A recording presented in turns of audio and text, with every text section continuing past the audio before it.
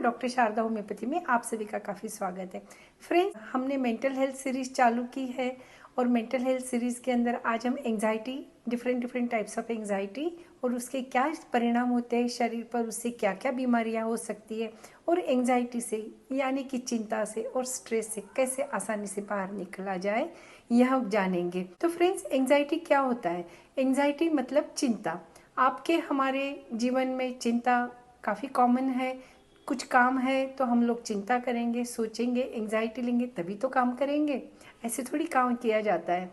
तो फ्रेंड्स, यह एक normal day to day issue है जिसे हम बड़े सभी उसको फेस करते हैं। लेकिन प्रॉब्लम कब आती है?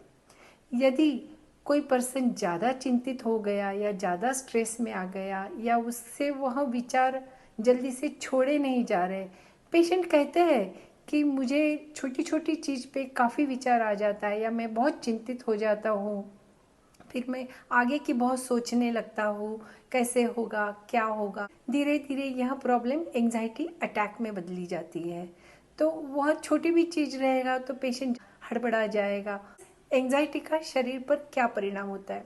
एंजाइटी मतलब स्ट्रेस, जो हमारे दिमाग के अंदर एक केमिकल होता है, स्ट्रेस हार्मोन जिसे कहा जाता है। जब हम ज़्यादा एंजाइटी करते हैं या ज़्यादा सोचते हैं तो वहाँ स्ट्रेस हार्मोन रिलीज़ होता है बॉडी को मेंटेन करने के लिए। लेकिन जब यह ज़्यादा रिलीज़ होगा, बार बार रिलीज़ होगा, तो इसके बहुत गंभीर परिणाम हो जाते हैं। तो डायबिटीज़, बीपी, यह एंजाइटी की वजह से होते हैं। लेडीज़ में थायराइड की प्रॉब्लम, मेंस्ट्रुअल इरेगुलरिटीज़, यह भी एंजाइटी की वजह से होती है। आपको नींद नहीं आना, आपके विचार डिरेल हो जाना, जैसे पॉजिटिव आप सोचना कम कर देते हो, कॉन्फिडेंस लेवल आपका शेक हो जाता है कि अब मैं कैसे करूँगा, कर पाऊँगा या नहीं कर पाऊँगा। फ्रेंड्स, इसको कैसे मैनेज करें? तो नेचुरल हिसाब से मैं सबको कहती हूँ कि आप अपना थोड़ा डेली रूटीन बदलिए, थोड़ी अपनी लाइफस्टाइल बदलिए, अच्छे से खाना खाइए, फ्रूट्स वेजिटेबल्स बहुत अच्छे से खाइए, वहाँ भी आपके दिमाग को और शरीर को डिटॉक्सिफाई करता है। मेडिटेशन बहुत बहुत इम्पॉर्टेंट है। आप जिस में भी आप विश्वास रखते हैं, मेडिटेट करिए। दिन में कम से कम 45 मिनट्स मेडिटेशन बहुत बहुत ज़रूरी है, जो आपके ब्रेन केमिकल्स या फिर स्ट्रेस हार्मोन को बैलेंस करने में हेल्प करता है। तो इसलिए कहते हैं कि प्रेयर्स या आप जो भी कुछ करते हैं उसका महत्व बहुत बहुत ज़्यादा क्यों है, तो वह आपको एंटी स्ट्रेस हार्मोन की तरह काम करता है और आपके प्रॉब्लम से बाहर निकालता है।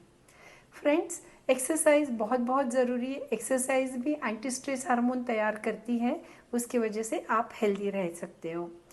और एंजाइटी के जैसे मैंने बताया साइड इफ़ेक्ट्स तो बहुत बहुत ज़्यादा है, जैसे बीपी हो गया, डायबिटीज़ हो गया, हाइपर एसिडिटी हो गई, थायराइड हो गया, स्किन के इश्यूज हो गए, सोरियासिस हो गया, ऑटो इम्यून डिजीजेस हो गए। There is long list of problem which arises because of the long anxiety. Homeopathy में इसके क्या क्या सॉल्यूशंस है? होम्योपैथी में इसके बहुत बहुत अच्छे सॉल्यूशंस हैं, क्योंकि होम्योपैथी ही ऐसी बहुत अच्छी सिस्टम है जो माइंड और बॉडी दोनों को कनेक्ट करती है। हर वक्त हम कुछ भी यदि दवाई देते हैं तो हम पेशेंट्स को पूछते ही हैं कि आपका सोच कैसा है, आपका विचार कैसा है, कि रिएक्शंस कैसे हैं।